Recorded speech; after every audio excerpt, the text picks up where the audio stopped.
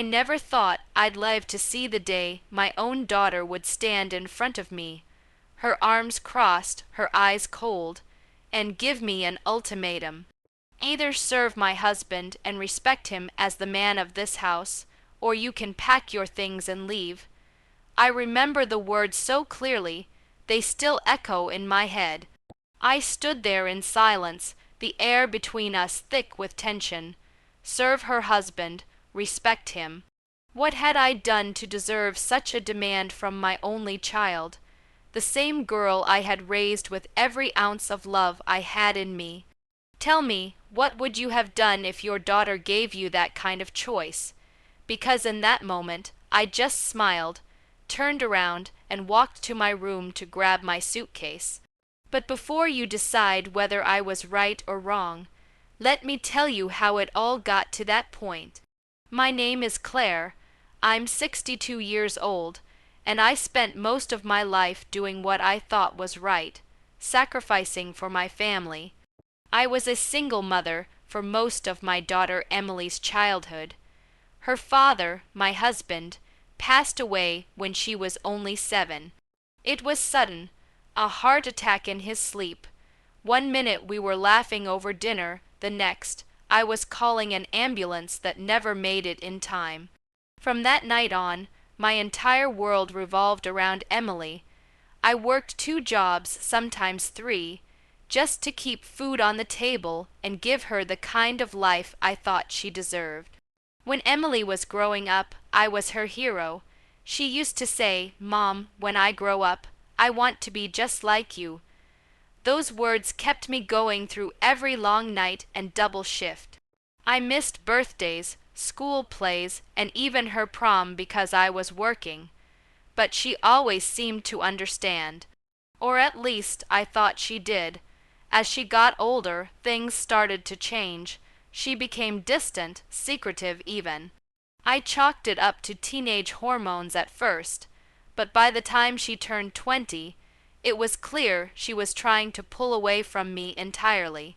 Then she met him, Daniel. He was charming in that fake, polished kind of way, the kind of man who smiled too wide, but whose eyes never quite matched the expression. When Emily first introduced us, I tried to be polite, but something about him felt off.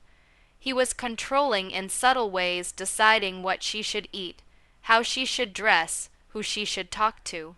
He'd phrase it as if he were just looking out for her. But I knew that kind of behavior.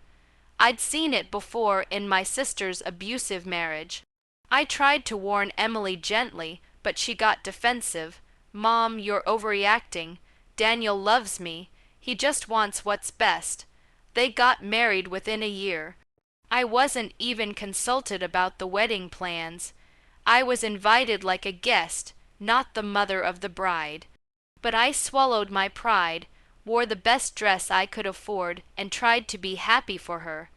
For the first few years, I barely saw them. They lived in another city, and communication was minimal, just short phone calls on holidays or birthdays.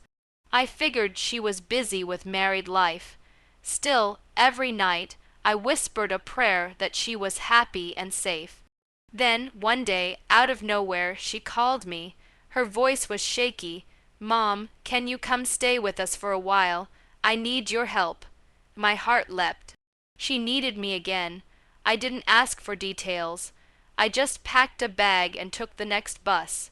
When I arrived, she looked exhausted, dark circles under her eyes, hair a mess, and her usual spark was gone. She was 6 months pregnant. Daniel's been working long hours. She said, "I just need someone to help with the house and the baby when he comes." I moved in the next week. For the first few days, things were okay. I cooked, cleaned, and helped Emily with whatever she needed. Daniel, however, barely acknowledged me. He'd walk in from work, grunt a hello, eat dinner in silence, and disappear into his study. I tried to stay out of his way, but it didn't take long before the tension began. He started making little comments, sarcastic, cutting remarks that were meant to sound like jokes. Claire, maybe you should take notes from Emily on how to keep a man happy. He'd sneer while smirking at his plate. Or, it's funny, you've been here for a week, and I've already gained weight. Guess your cooking's as oily as your attitude. I laughed it off at first, but those words stung. Emily would just sit there, silent, her eyes glued to her plate. After dinner, when I confronted her, she'd say, "Mom, please, just let it go. You know how Daniel can be." I realized then she was afraid of him. I saw it in her body language, the way she flinched when he raised his voice, how she rushed to please him before he could get angry. A month later, things got worse. Daniel started giving me rules. He said if I was going to stay in his house, I had to follow his system. I wasn't allowed to use the washing machine after 8 p.m. I had to cook dinner exactly the way he liked, no spices, no experiments. He even told me to serve him at the table personally. It's a sign of respect. He said, respect. That word burned in my mind. Still, I tolerated it, thinking I was doing it for Emily. I wanted to be there for her when the baby arrived. But the night that broke me came after she gave birth to a beautiful baby boy, my grandson, Noah. I loved that little boy more than words can describe. I stayed up late with him, changed his diapers, sang him lullabies when Emily was too tired. I thought maybe, finally, things were getting better. But Daniel hated how much time I spent with Noah. He said I was taking over. One evening, while Emily was upstairs resting, Daniel cornered me in the kitchen. His voice was low, dangerous. "You're getting too comfortable here, Claire. This is my house, my family. You're just a guest. Don't forget that." I didn't respond. I just kept stirring the soup. That must have irritated him, because the next morning he told Emily she needed to set some boundaries. Later that day, Emily came into my room, holding Noah in her arms, her face pale. "Mom," she started, her voice trembling, "Daniel says things can't go on like this. He feels disrespected." I frowned. Disrespected? What have I done? She hesitated before saying it.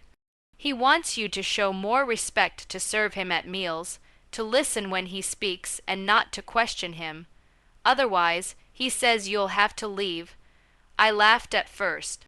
I genuinely thought she was joking, but she wasn't. Her eyes filled with tears. "Please, Mom, just do it for me, for Noah. He's been so stressed lately." I stared at her. This grown woman who once clung to my hand when she was scared of thunderstorms, now asking me to serve her husband like a maid. Something inside me snapped. I stood up, took a deep breath, and said, "Emily, I've worked my whole life to stand tall. I've scrubbed floors, cleaned houses, gone hungry so you could eat. I didn't break my back all these years just to bow to a man in my daughter's house." She started crying, begging me to reconsider, but I'd already made up my mind. So that's the situation I was in. I want to ask you all watching this right now, what would you have done if your own child, the one you raised with love and sacrifice, told you to serve her husband or get out? Would you have stayed quiet and obeyed, or would you have walked away like I did? Because before I tell you what happened next, I want you to think about that and comment below what you would have done in my shoes. When I told Emily I wouldn't stay under those conditions, her face hardened. She said, "Then maybe you should go." That's when I smiled, not out of anger or pride, but because I finally saw the truth. I walked to my room, opened the closet, and started packing. As I folded my clothes, memories flashed before my eyes. Her first day of school, her graduation, the night I stayed up sewing her prom dress because we couldn't afford a new one. I zipped the suitcase, picked it up, and as I passed by the nursery, I kissed Noah on the forehead. "Grandma loves you. I whispered, then I walked downstairs. Daniel was sitting on the couch, looking smug. Leaving already? He asked, his tone dripping with sarcasm. I looked him dead in the eyes and said, "Don't worry, Daniel. You'll get exactly what you deserve. And when that day comes, remember, you brought it on yourself." I moved out that night and stayed with an old friend for a while. It was hard. I missed Emily and Noah every single day. But I refused to beg my way back into a home where I wasn't respected. Months passed, and I heard little from Emily. Then one morning, she showed up at my door, her eyes swollen, holding Noah. "Mom," she sobbed, "you were right." She told me Daniel had become verbally abusive, controlling every aspect of her life, even forbidding her from seeing her friends. The breaking point came when he screamed at her for forgetting to salt his dinner. She realized she'd lost herself trying to please a man who never cared about her happiness. I didn't say "I told you so." I just hugged her, held her tight, and said, "You're home now." We spent weeks rebuilding what we'd lost. I helped her find a job, get her own apartment, and start therapy. Slowly, she became herself again, the bright, confident woman I knew she could be. As for Daniel, he tried to win her back, but she served him with divorce papers instead. Looking back now, I don't regret walking away. Sometimes loving someone means showing them what self-respect looks like. Emily learned that the hard way, but at least she learned. And now, when I visit her and Noah, and I see her smile genuinely for the first time in years, I know I made the right choice.